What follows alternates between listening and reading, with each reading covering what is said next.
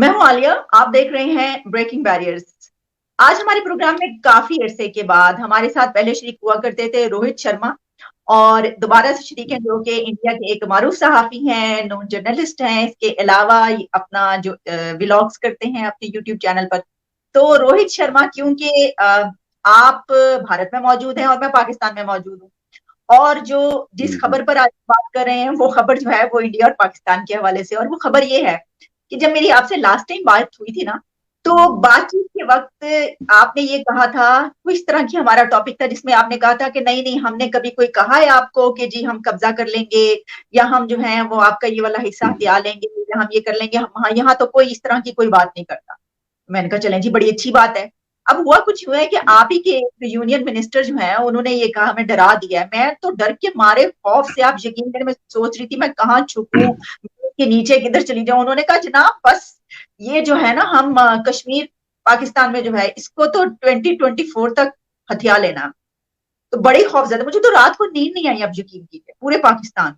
और फिर हमारे जो है स्पोक्स पर्सन, उन्होंने तो मुझसे भी ज्यादा संजीदगी से इस बयान को लिया। उन्होंने तो बयान दाग दिया। उन्होंने कहा जनाब ये बड़ी मजाक का केस किस्म की एक स्टेटमेंट इन्होंने जारी की है, और इनको चाहिए कि इस तरह की बाज आ जाए ऐसी हरकतों से। यूएन की काउंसिल जो है करारदाद रेजोल्यूशन, वो उन्होंने याद करवा दी। तो रोहित शर्मा, आपने आपने गलत कहा था फिर। हाँ, ऐसा है कि दो तीन चीजें हैं। एक पहली चीज तो ये, आप टेंशन मत लीजिए। जब तक आपको कश्मीर में कोई प्लॉट नहीं है या मकान नहीं है तब तक आप टेंशन मत लीजिए। जब प्लॉट या मकान जाने का डर हो तो टेंशन लीजिएगा। अच्छा, दूसरी चीज ये कि इंडिया की तरह से ऐसे स्टेटमेंट्स, पहली चीज तो उन्होंने क्या बोला था, उनसे पूछा गया कि कश्मीर हमारा पार्ट बन जाएगा कि पाकिस्तान ऑक्युपाइड कश्मीर। उन्होंने बोला कि 2024 तक कुछ बड़ा हो सकता है। ठीक है। अब कुछ बड़ा का मतलब क्या है? कुछ बड़ा का मतलब यह है कि हम आर्मी भेज करके उसे एनेक्स कर लेंगे। ये तो उन्होंने नहीं बोला। ठीक है।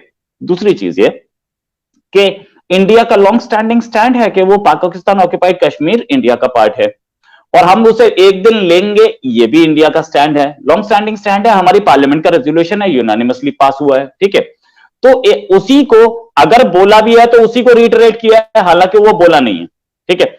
अब जहां तक बात यूएन के रेजोल्यूशंस, तो उसकी तो इज्जत पाकिस्तान ही नहीं कर रहा है। भूल जाइए उसको कि वो उसको इंडिया क्या कर रहा है। वो पाकिस्तान को अगर इज्जत कर रहा होता तो गिलगिट बाल्टिस्तान अलग स्टेट नहीं होता। उसने तो यही बोला था ना कि पूरा जो कश्मीर है उसको एक जगह यूनाइट करे। आपने तो कश्मीर को और तोड़ दिया, गिलगिट बाल्टिस्तान कर दिया, उसका एक स्टेट बना दिया, अपनी स्टेट बना दिया। ये भी नहीं कि आपने कुछ और किया हो। ठीक है। तो ये भी एक इशू है। अब जहां तक बात ये कि क्या हम डरा रहे हैं? हम डरा तो नहीं रहे हैं। सच तो ये है, हम लोगों ने, इंडिया ने बहुत कोशिश की कि हम पीसफुल चले, पीसफुल को एग्जिस्टेंस हो, कोई प्रॉब्लम नहीं है। हम कश्मीर को साइडलाइन करना चाह रहे हैं। हमने हमेशा से यही कोशिश किया। जब लाहौर वाजपेयी जी गए तब भी यही हुआ। लेकिन बार बार कश्मीर को लेके कौन आता बायलैटरल इश्यूज में? अभी कॉटन इंपोर्ट करना था, शुगर इंपोर्ट करना था, तो आप ही लेके आए। आपके ही प्राइम मिनिस्टर ने बोला नहीं, जब तक 370 नहीं हटेगी तब तक हम नहीं करेंगे भाई। 370 दोबारा लगाने का तो कोई चांस ही नहीं बनता। तो 370 से उसको लिंक क्यों कर रहे हैं? एक तरफ नेशनल सिक्योरिटी डॉक्यूमेंट आता है जिसमें बोला जाता है कि हम पाकिस्तान इंडिया से 100 साल तक बेटर रिलेशन चाहते हैं।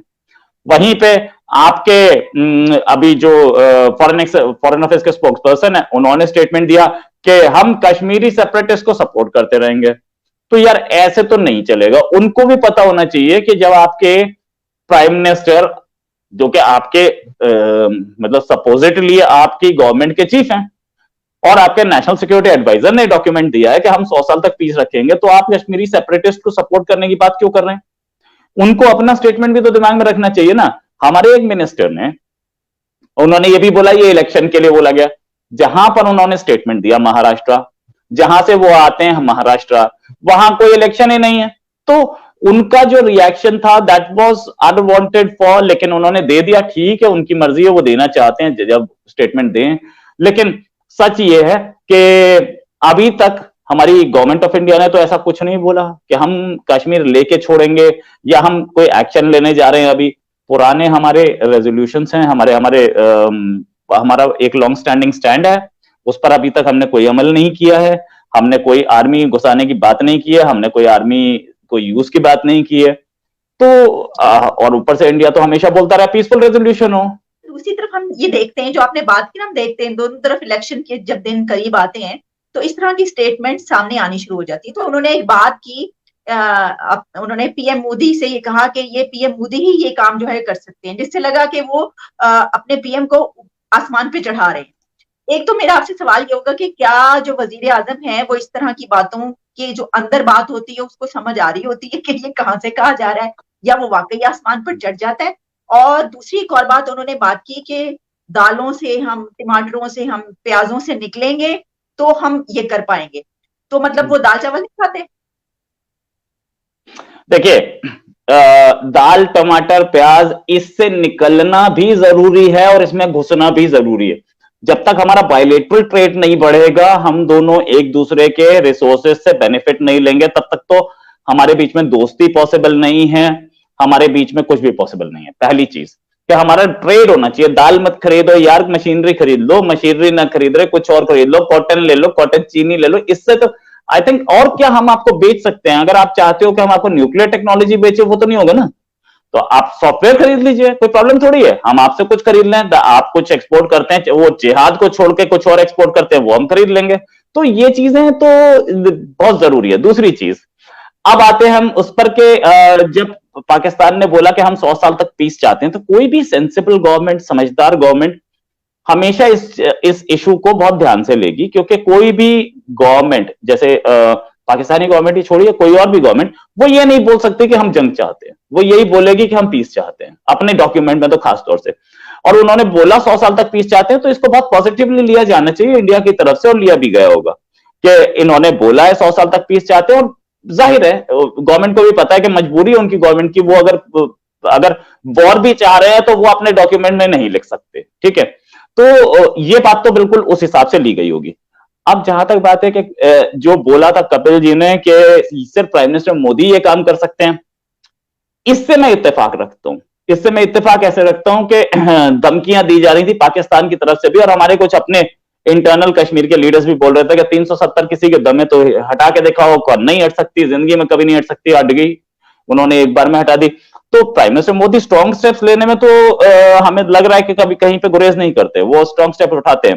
लेकिन पाकिस्तान ऑक्यूपाइड कश्मीर को इंडिया में लाने का काम, इसके लिए मिलिट्री यूज होगी, आर्मी यूज होगी। और मुझे नहीं लगता, जिस तरीके के टेंशन पे हम आ गए थे जब अभिनंदन को पकड़ा गया था, जिस तरीके का रेस्ट्रेंट प्राइम मिनिस्टर मोदी और उनकी गवर्नमेंट ने दिखाया, मुझे तो नहीं लगता कि वो कोई ऐसा स्टेप लेने जा रहे हैं। उस समय तो हालत ये हो गई थी कि हमें तो बीइंग इन इंडिया, हमें तो लग रहा था कि वॉर होने ही जा रही है, क्योंकि 1971 के बाद पहली बार हम लोगों ने नोटैम लगाया था, एयर स्पेस दोनों की क्लोज हो गई थी, ट्रूप्स मूवमेंट साफ दिख रही थी, मिसाइल्स डिप्लॉयमेंट साफ दिख रहा था। तो भले ही ये खबरें पब्लिक स्पेस में नहीं आई थी, लेकिन एज ए जर्नलिस्ट हम लोगों को पता चल जाता है ना कि भाई मिसाइल्स विसाइल्स भी अपने तैयार हो चुके हैं, ट्रूप्स मूवमेंट बॉर्डर पे जा रही हैं, सारा नोटैम लगा था, सबको पता था। सारे एयरबेसेस दोबारा खाली कराए गए थे, और यहां तक कि अमृतसर एयरपोर्ट भी खाली करा दिया था। तो उस समय अगर वॉर नहीं हुई, तो फिर प्राइम मिनिस्टर मोदी वॉर के मूड में नहीं दिखते। वॉर वो लास्ट ऑप्शन लेके चलते हैं। तो वॉर मुझे नहीं लगता होने वाली है, या ठीक। किसी भी इशू पे अगर इसका कोई पीसफुल हल हो तो वो हो सकता है। सही। अच्छा, मैं ये सोच रही थी उस वक्त जब उन्होंने ये बात कही, और जिस तरह मैंने कहा कि जनाब हम तो बहुत ज्यादा, इतने ज्यादा डर गए कि मैंने सोचना शुरू ये कर दिया। मैंने कहा अच्छा चलें, अगर ऐसा होगा तो एक तरीका तो ये है कि वो आएंगे और जो कश्मीरी हैं उनके कान में बहलाएं फुसलाएंगे, कहेंगे देखो इस तरफ कितनी महंगाई है, तुम लोग तो महंगाई तले पिस चुके हो, तो इस तरफ आ जाओ, तुम्हें इस तरफ ले चलते हैं, वहां पे महंगाई नहीं है। ठीक है। और दूसरा तरीका ये है कि भारत अपनी तमाम तरक्की छोड़ के, जितनी तरक्की इस वक्त भारत कर रहा है, जितने ट्रेड चल रही है, जितने कॉन्ट्रैक्ट्स दुनिया भर से हो रहे हैं, कि आपकी जीडीपी इस वक्त 3 ट्रिलियन से ज्यादा पर पहुंच चुकी है, कहा जा रहा है अगले चंद सालों में 5 ट्रिलियन तक शायद पहुंच जाए जो आपकी इकोनॉमी है वो। और आपका जो डिजिटल इकोनॉमी है वो $5 बिलियन से ज्यादा जो है वो कंट्रीब्यूट कर रही है। तो मैं ये सोची थी कि इस सिचुएशन में, क्योंकि एक ही चीज रह जाती है ना कि अगर इस ये तरीका हो तो फिर तो जंग के अलावा तो कोई और है ही नहीं ना। आपको क्या लगता है कि भारत इतनी तरक्की की तरफ जो बढ़ा है उसको छोड़कर वो आगे मुस्तकबिल में कोई ऐसी चीज सोच सकता है? नहीं नहीं, इंडिया अभी बहरहाल अपने इकोनॉमिक उस पे चल रहा है, एस्पेक्ट पे चल रहा है। पहली चीज, ये आपने बिल्कुल सही बात बोली कि इंडिया का एक गेम है कि आप इकोनॉमी को स्ट्रॉन्ग करते जाइए, बाकी हम देख लेंगे। और $3 ट्रिलियन इकोनॉमी, एक्चुअली जब आप राइज करते हैं तो आप परसेंटेज में राइज करते हैं, 20%, 30%, 10%, ऐसे राइज करते हैं। तो आपने आपका $1 ट्रिलियन पे आपका 20% जो होता है, वो $3 ट्रिलियन पे 20% उसका अलग होता है। वो तो हमारा अब राइज फास्ट होना चाहिए। अगर हमें 3 ट्रिलियन, 1 से 3 पहुंचने में हमें लगे 10 साल, तो अगले 3 से 5 पहुंचने में, 3 से 6 पहुंचने में लगने चाहिए 4-5 साल। तो ये जब एक्सपोनेंशियल राइज होता है, उस हिसाब से इंडिया अगर बीच में कुछ भी गड़बड़ करने की या कहीं पे भी वॉर में घुसने की सोचेगा, तो इकोनॉमी उससे बीटिंग लेगी, no doubt about it. China भी इसी उस पे है कि भाई हम भी वॉर अफोर्ड नहीं कर सकते। चाइना को पता है, कितना वो दिखा दे दुनिया को कि मैं वॉर कर सकता हूं, नहीं कर सकता। चाइना भी, चाइना को पता है कि इकोनॉमी बिल्कुल टूट जाएगी। तो जो डेवलपिंग इकोनॉमीज होती हैं, या जो इकोनॉमीज होती हैं कि फास्टर डेवलप कर रही होती है, फास्ट फास्ट जिसे बोलते हैं गैलपिंग इकोनॉमीज, वो कभी भी वॉर में घुसने के चक्कर में नहीं रहते। और बट वॉर की सिचुएशन में तो करनी ही पड़ेगी फिर तो। लेकिन अभी तो मुझे नहीं लगता कि इंडिया किसी मूड में है कि हम किसी तरीके की वॉर में घुसे पाकिस्तान से या चाइना से। चाइना से गलवान हुए 2 साल हो चुके, और 2 साल के बाद भी इंडिया ने बहुत रेस्ट्रेन, क्योंकि वहां पे हमारा सारा इक्विपमेंट वहां पे ही है। वहां पे बोफोर्स पहुंच चुकी है, वहां पर मिसाइल्स लग चुकी हैं, वहां पर हमारा S-400 पहुंच रहा है, साथ में हमारे राफेल पहुंच चुके हैं, सुखोई पहुंच चुके हैं, मतलब सब कुछ है वहां पे। हमारी जो सोल्जर्स हैं वो भी काफी उसमें हैं। और पता ये लग रहा है कि चाइना के जो सोल्जर्स हैं वो फ्रीज, ठंड की वजह से जम के मर रहे हैं। तो चाइना विड्रॉ भी कर रहा है, पहले विड्रॉ करता हमें दिखा, और चाइना ये कोशिश कर रहा है वहां पे रोबोट्स को ले जाए। तो ये सारी चीजें बताती है कि चाइना कहीं ना कहीं बैकआउट करता दिख रहा है। तो हम लोग भी चाइना से भी अभी वॉर होती दिखती नहीं है। तो ऐसी सूरत हाल में इंडिया क्यों अपने सिर पे एक वॉर फालतू की लेगा कि हम पाक ऑक्यूपाइड कश्मीर को हमें लेना है। हम लोग पीसफुल उसमें चल रहे हैं, पीसफुल को एग्जिस्टेंस पे, ठीक है, हम पीसफुली उसको देख लेंगे, सेटल कर लेंगे। ठीक। तो रोहित शर्मा, आप क्या देख रहे हैं कि पाकिस्तान और भारत में कोई अनकरीब ट्रेड के स्टार्ट होने का कोई ऐसा सिनेरियो देख रहे हैं? कोई बॉर्डर्स खुलने का, यानी एक दूसरे की तरफ जो आने जाने का सिलसिला ऐसा सोचा जाता है, तो कोई ऐसी चीज आप सोच रहे हैं, देख रहे हैं कि फ्यूचर में आपको होती हुई नजर आ रही है दोनों कंट्रीज के बीच? नियर फ्यूचर में तो नहीं दिख रही। सिर्फ एक ही सूरत हाल में हो सकती है, जब आपकी आर्मी पावर में आ जाए, क्योंकि आर्मी जब भी आती है हमने ये देखा है कि रिलेशंस बेटर होते हैं, चाहे वो जियाउल हक का टाइम हो या वो मुशर्रफ का टाइम हो। इलेक्टेड गवर्नमेंट को अपनी आवाम को समझाना ये बहुत मुश्किल हो जाता है कि हम कश्मीर छोड़ करके और दोनों कंट्रीज के बीच में रिलेशंस नॉर्मल क्यों कर रहे हैं। तो और कश्मीर एक ऐसा इशू बना दिया है पिछले 70 साल में, भले ही कोई आदमी कश्मीर गया ना हो, लेकिन उसको लगता है कि कश्मीर गया तो मेरा अपना प्लॉट चला गया जिसपे मैं मकान बनाने वाला था।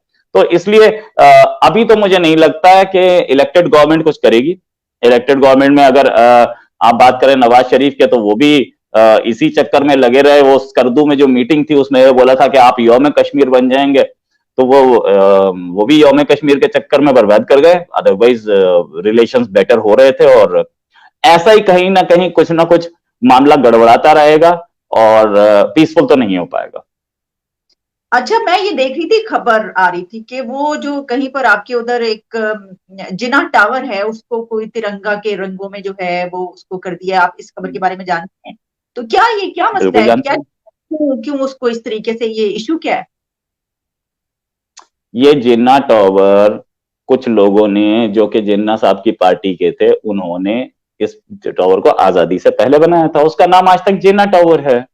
अब उस पर रिपब्लिक डे वाले दिन ट्राई कलर फैलाने जा रहे थे कुछ लोग, लेकिन पुलिस ने रोक दिया, क्योंकि कुछ लोगों ने ऑब्जेक्शन किया कि इस पे मत लगाइए, तो पुलिस ने उसे रोक दिया। 26 हमारे रिपब्लिक डे नेशनल हॉलीडे वाले दिन कहीं पे भी ट्राई कलर लगाया जा सकता है, और उस दिन पुलिस ने रोक दिया कि आप मत लगाइए, क्योंकि कुछ लोगों का ऑब्जेक्शन है। तो फिर उसके बाद नेगोशिएशन हुई, तो अब उसको पूरे को ट्राई कलर में ही पेंट कर दिया। दिस नो सच थिंग, कुछ ऐसा कोई बहुत बड़ा इशू नहीं है, ठीक है। वो इशू बन रहा है और लोग उसको दिखाना चाह रहे हैं हमारी विक्ट्री है, तो फाइन। वरना जिना टावर तो है तो इंडिया का ही पार्ट, उस पर ट्राई कलर कभी भी लग सकता है। क्योंकि उस दिन माहौल बिगड़ सकता था, इसलिए वो पुलिस ने उसको रोक दिया। अब ये जो लोग ये बोलते हैं कि मुसलमानों को कोई हक नहीं है, उनको समझ में आना चाहिए कि जब इंडिया की पुलिस ट्राइकलर लगाने से किसी बिल्डिंग पे ट्राइकलर लगाने से रोक सकती है, तो मुसलमानों को भी हेल्प करती होगी। मतलब ऐसा भी नहीं है कि पुलिस नहीं करती है, पूरे राइट्स हैं। हमारा ही कंट्री का ट्राइकलर रोक दिया था, तो बाकी क्यों नहीं होगा। प्रियंका चोपड़ा के हवाले से उन्होंने आपने कुछ लिखा हुआ था, और ये जो हम बात कर रहे हैं ये स्टेटमेंट का, इस हवाले से उन्होंने कुछ स्टेटमेंट दी है क्या? नहीं, प्रियंका चोपड़ा ने इस हवाले से कोई स्टेटमेंट नहीं दिया। प्रियंका चोपड़ा का वो दिया था कि वो डॉक्टर साहब जो इंडियन थे, जो जिन्होंने नवाज शरीफ को वो दिया था, वो दिया था मेडिकल सर्टिफिकेट, जो कि लाहौर हाई कोर्ट में दिया गया है। तो हाँ जी। उसमें यह बोला गया था कि पहली चीज तो उसमें एक बड़ी खबर यह थी कि आपके special assistant to prime minister, उन्होंने यह बोला, ट्वीट किया बाकायदा, उन्होंने यह बोला कि ये एक इंडियन डॉक्टर है जिसने दिया है सर्टिफिकेट नवाज शरीफ को। तो इंडियन डॉक्टर है, क्योंकि वो कश्मीरी है, तो पाकिस्तान ने कम से कम ये एक्सेप्ट किया कि Kashmir is a part of India. मैं ये बताना चाह रहा था। दूसरी चीज उन्होंने ये भी बोला कि प्रियंका चोपड़ा से उस डॉक्टर की लड़ाई हुई थी। तो मैं ये क्वेश्चन पूछ रहा था कि प्रियंका चोपड़ा से उस डॉक्टर की लड़ाई हुई थी, तो इससे इन्फ्लुएंस ये निकलता है कि वो नवाज शरीफ का इलाज नहीं करा सकते क्या? मतलब ये कोई इन्फ्लुएंस मुझे समझ में नहीं आया जो आपके यहां बोल रहा था। तो प्रियंका चोपड़ा से लड़ाई हुई थी, तो नवाज शरीफ का क्या लेना था? नवाज शरीफ तो इलाज करा ही सकते, नवाज शरीफ से थोड़ी लड़ाई हुई थी। बस ये बोल रहा था मैं। बिल्कुल। अब वो उन्होंने इसलिए बात की होगी ना, ओहो, आप जानते हैं, एक तो बीच में नवाज शरीफ का मामला, और फिर दूसरा ऊपर से हम्म। इंडिया आ जाए, और फिर प्रियंका चोपड़ा भी आ जाए, तो वो तो दो तीन बातें मिल जाती है ना करने के लिए। तो उन्होंने कहा ओहो, ये भी कोई गद्दारी का बीच में कोई सिस्टम निकल रहा है, इसको भी उसी से मिला दो। घबराइए मत, बस घबराना नहीं है, वो जो कहते हैं ना सुकून सिर्फ कमर में है। तो ये सब जो है वो हम्म। ऐसे लोग उड़ते रहते हैं। चलें, बहुत बहुत शुक्रिया आपका hmm. Rohit Sharma, thank you so much, बहुत ही इंटरेस्टिंग टॉक रही आपके साथ, और thanks lot for your precious time.